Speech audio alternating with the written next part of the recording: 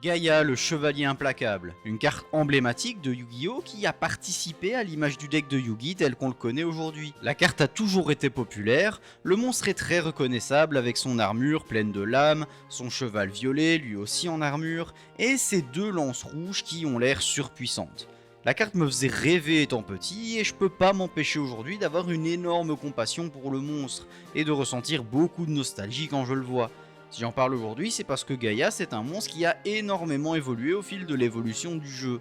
Il a d'abord commencé par avoir des retrains, très tôt dans le jeu, jusqu'à évoluer au point où il est carrément devenu un archétype avec ses propres cartes de support. Et c'est ce qu'on va voir ensemble aujourd'hui. Commençons par le commencement avec Gaïa, le chevalier implacable, que je ne vous présente pas, évidemment, je pense que vous connaissez tous la carte. C'est une carte normale de niveau 7 avec 2300 d'attaque. L'archétype entier part de là, puisque on a Malédiction du Dragon qui est sorti la même année, c'est-à-dire en 2002 à l'époque, et les deux peuvent fusionner pour créer Gaïa, le dragon champion, un monstre fusion qu'on voit pas mal dans l'anime d'ailleurs. Et si je vous parle du premier Gaïa, c'est surtout pour vous mentionner que le Gaïa, c'est une carte qui a eu un retrain très vite. En effet, Gaïa le chevalier implacable rapide est sorti 2 ans après et améliore la carte de base en gardant les mêmes fondamentaux. C'est vraiment rare qu'on ait un retrain de carte aussi rapide dans l'histoire de Yu-Gi-Oh, mais là c'est arrivé et c'est de là que tout part et l'idée de base du chevalier implacable rapide sera reprise sur beaucoup des futures cartes Gaïa, vous allez voir. Et du coup, Gaïa c'est devenu un monstre générationnel à force.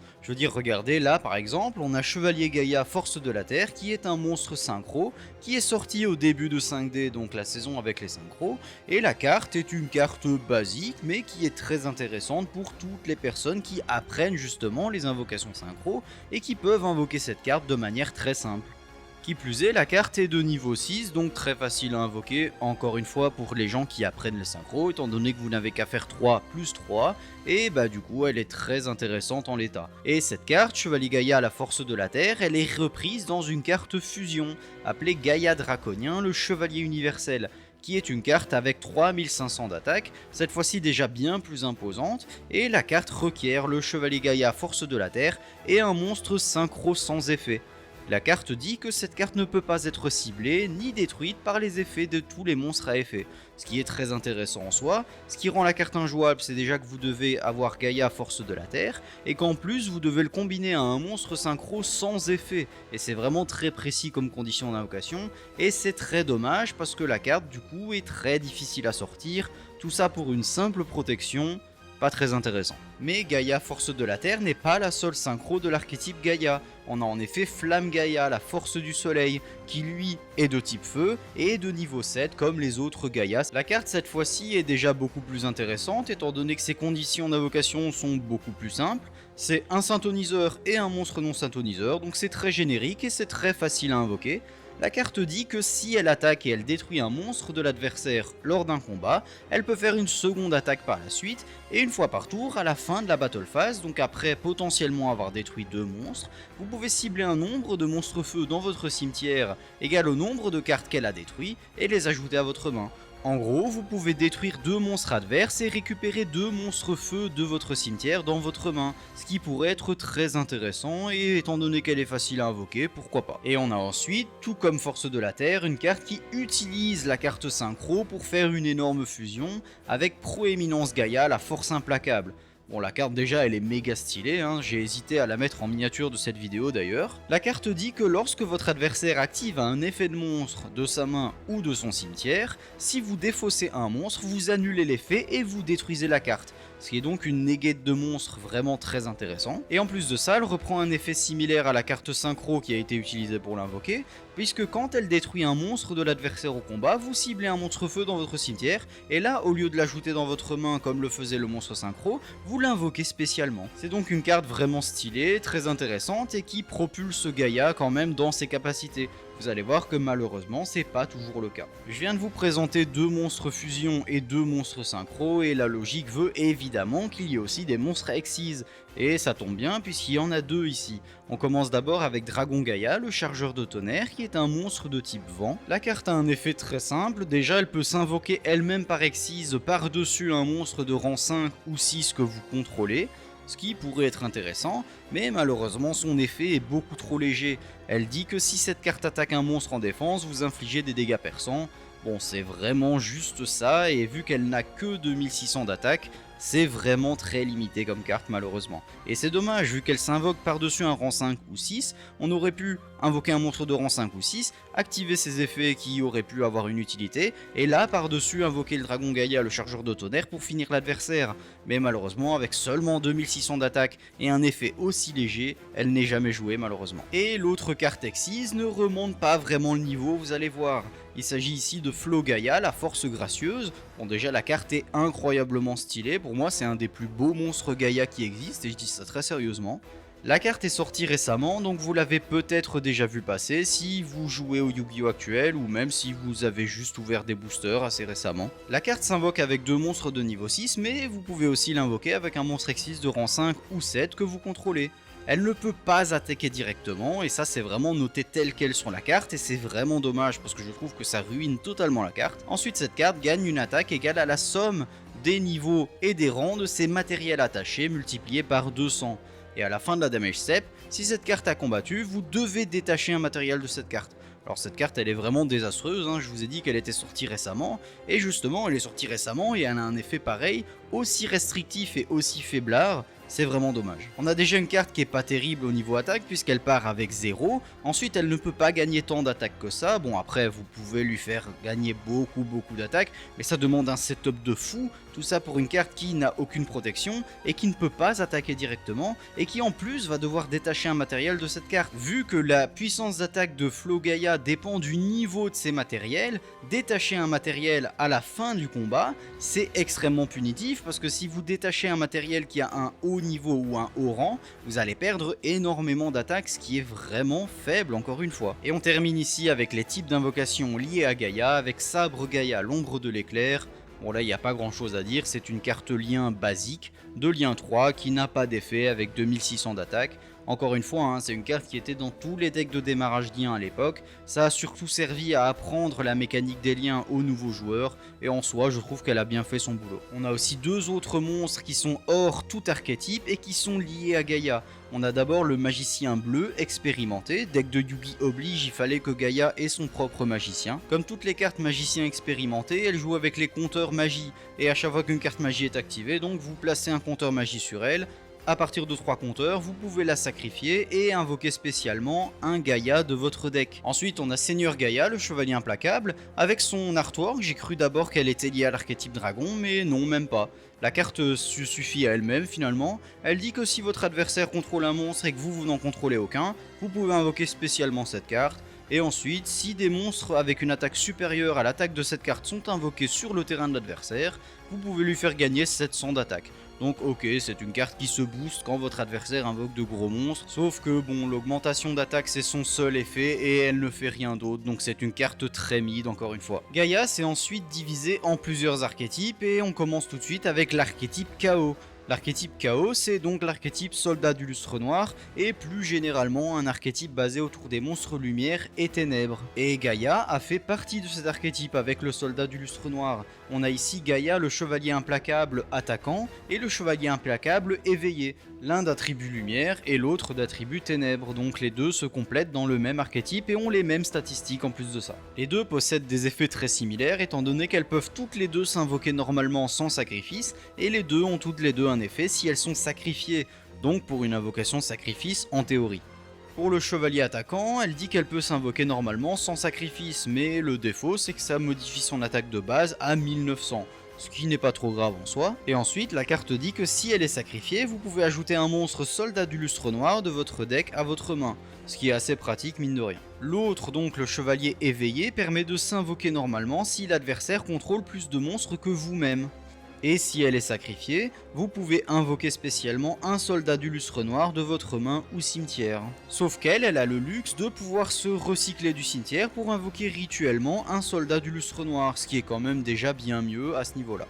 Le problème de ces cartes pour moi c'est la synergie. Alors ok, elles sont de type lumière et ténèbres, elles servent dans l'archétype chaos et elles ont des effets relatifs aux soldats du lustre noir, mais le problème c'est que Gaïa ce sont des monstres de niveau 7 et les monstres soldats du lustre noir sont des monstres de niveau 8. Donc jamais un Gaïa ne suffira à lui seul à invoquer rituellement un soldat du lustre noir. Qui plus est, ce sont d'anciennes rituels, donc les cartes rituelles nécessitent absolument une magie rituelle, et c'est très problématique étant donné que vous devez avoir une magie rituelle, potentiellement un Gaïa, potentiellement un autre monstre étant donné qu'il va manquer un niveau pour invoquer le soldat du lustre noir, et là seulement vous devez avoir votre carte soldat du lustre noir, ce qui fait beaucoup de cartes pour pas grand chose au final. Le deck KO ou soldat du lustre noir ce sera l'objet d'une autre vidéo, puisque bon, il y a beaucoup à dire sur cet archétype, et c'est des cartes qui ont tantôt été très puissantes pour la méta, voire même beaucoup trop, et parfois carrément inexistantes, qui n'ont jamais été jouées.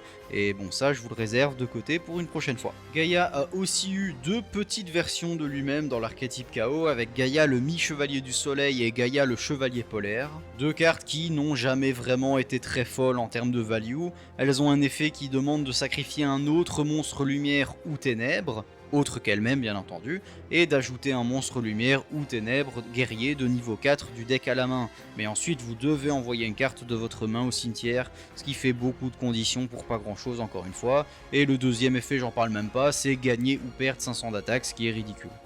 C'était quand même sympa dans la thématique, étant donné que les deux cartes peuvent aller se chercher avec la carte échange jour et nuit, et d'ailleurs ça se voit puisqu'elles sont elles-mêmes sur l'artwork, mais elles n'ont jamais vraiment été performantes, et étant donné qu'il y a trop de conditions, défausser une carte, ajouter un certain type de carte, d'un certain attribut, d'un certain niveau, c'est beaucoup trop restrictif et c'est trop embêtant, surtout dans ce type de deck qui est déjà très restrictif pour l'époque. Je vous rappelle que c'est un ancien deck de type rituel et les rituels n'ont pas toujours été ceux qu'on connaît aujourd'hui et qui peuvent s'invoquer naturellement d'eux-mêmes. Et maintenant on arrive au moment de la vidéo où je vous parle du deuxième archétype, l'archétype où Gaïa est devenu un archétype de type dragon. En plus, dans cet archétype, Gaïa se paye le luxe d'avoir un tout nouveau look avec une toute nouvelle armure, une nouvelle arme et sans son cheval cette fois-ci, étant donné que l'archétype tourne autour des dragons, ce sera surtout un chevaucheur de dragon plutôt qu'un destrier. On a donc Soldat Gaïa, le chevalier implacable, qui, en effet rapide, peut sacrifier un monstre fusion dragon pour s'invoquer spécialement de la main. Ensuite, il change la position de combat d'un monstre adverse, et il peut se sacrifier lui-même pour aller chercher un monstre guerrier de minimum niveau 7 de votre deck à votre main. Malédiction du dragon a aussi eu droit à son retrain ici, avec Malédiction du dragon, le dragon maudit pour conserver son nom d'origine. Cette carte dit que quand elle est invoquée normalement ou spécialement, vous pouvez ajouter une magie piège qui liste spécifiquement Gaïa le dragon champion.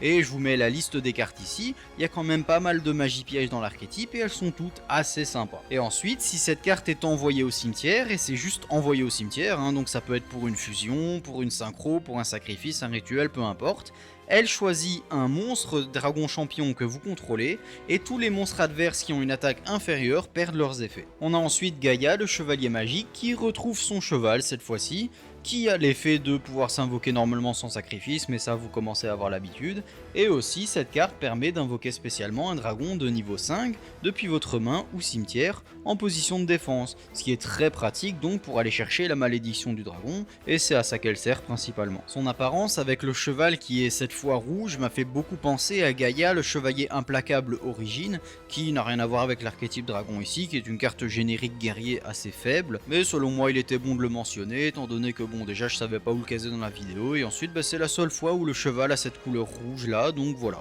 Ensuite on a un monstre et pas des moindres puisqu'il s'agit d'un des premiers monstres de Yu-Gi avec la tortue catapulte Artillerie.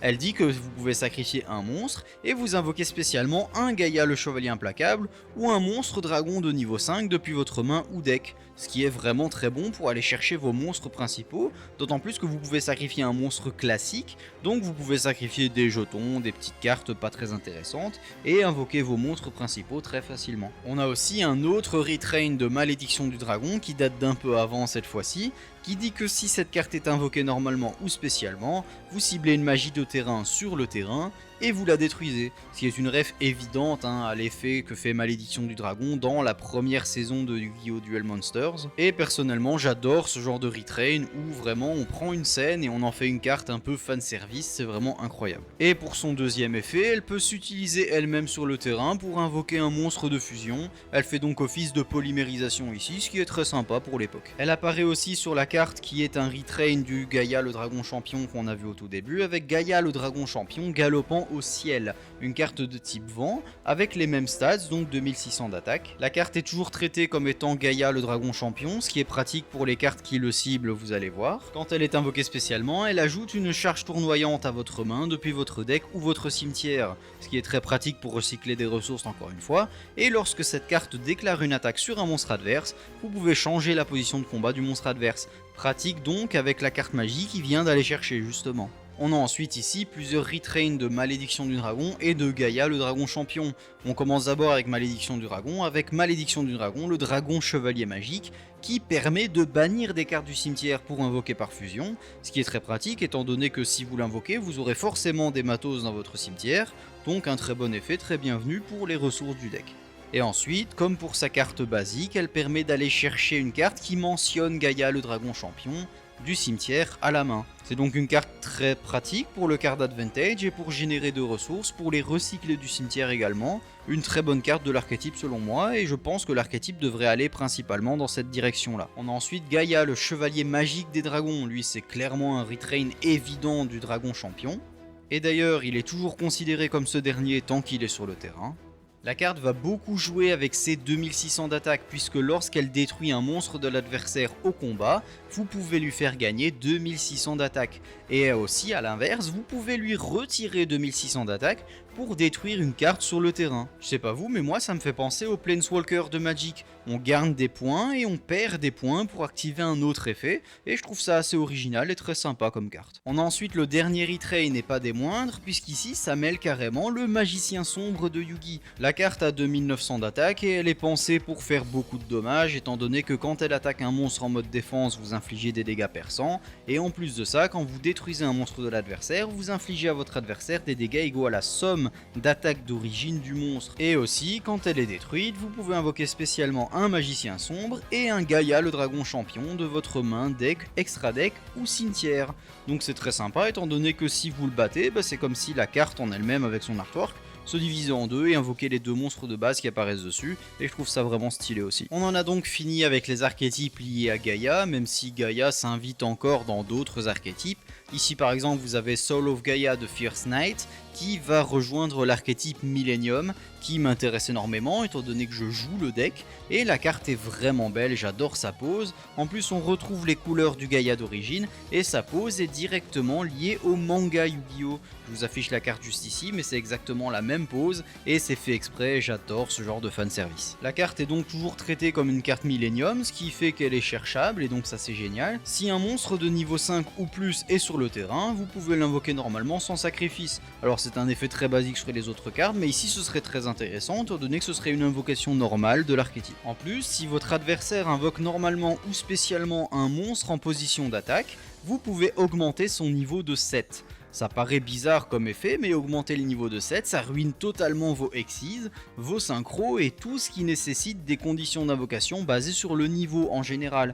Donc c'est une carte qui a pour effet de punir l'adversaire s'il invoque des monstres en mode attaque tant qu'elle est sur le terrain. Et en plus de ça, comme si ça ne suffisait pas, elle peut annuler un effet de monstre et détruire la carte si vous envoyez un monstre de niveau 5 ou plus de votre terrain au cimetière. Donc une negate de monstre, en plus de punir l'adversaire sur ses niveaux, et sachant qu'elle est toujours traitée comme une carte Millennium, non vraiment j'adore cette carte, j'ai hâte qu'elle sorte chez nous et qu'elle soit jouable même sur Master Duel, ce serait super. Et on arrive donc à la conclusion de cette vidéo, voilà je voulais parler de Gaïa parce que c'est un archétype qui est très plaisant, c'est une carte que j'aime beaucoup, qui est emblématique dans Yu-Gi-Oh! Duel Monsters, qui a survécu aux générations en s'adaptant au fur et à mesure, devenant parfois un archétype, et parfois des cartes qui servent à introduire une nouvelle mécanique, comme on l'a vu avec les liens et les synchros. Après, Gaïa fait toujours parler de lui déjà avec la carte Millennium qui va arriver, et en plus même dans le nouveau format, le Rush Duel. Dans le Rush Duel, ceux qui jouent à Duel Links doivent le savoir, mais il y a un deck entier autour de Gaïa, avec des cartes qui ont reçu des retrains, des nouveaux effets, et le deck est tellement bon qu'il a même été méta pendant un bon moment, et il est toujours très fort aujourd'hui. En plus les cartes Rush Duel sont magnifiques, j'ai vraiment hâte, j'espère un jour qu'on pourrait avoir les Rush Duel chez nous, et si c'était le cas, je m'y mettrais sans doute parce que j'adore l'esthétique des cartes, j'adore les duels sans prise de tête et ce serait vraiment un plaisir d'y jouer, mais ça c'est un autre débat. J'espère que la vidéo vous a plu, n'hésitez pas à vous abonner, à la partager et à liker si ça vous plaît. Si vous voulez d'autres vidéos de ce type, j'essaye en ce moment de faire une vidéo par semaine, donc si j'arrive à m'y tenir, vous aurez beaucoup de contenu au long terme. C'était Paradis Night, j'ai hâte de vous revoir pour la prochaine vidéo, à plus.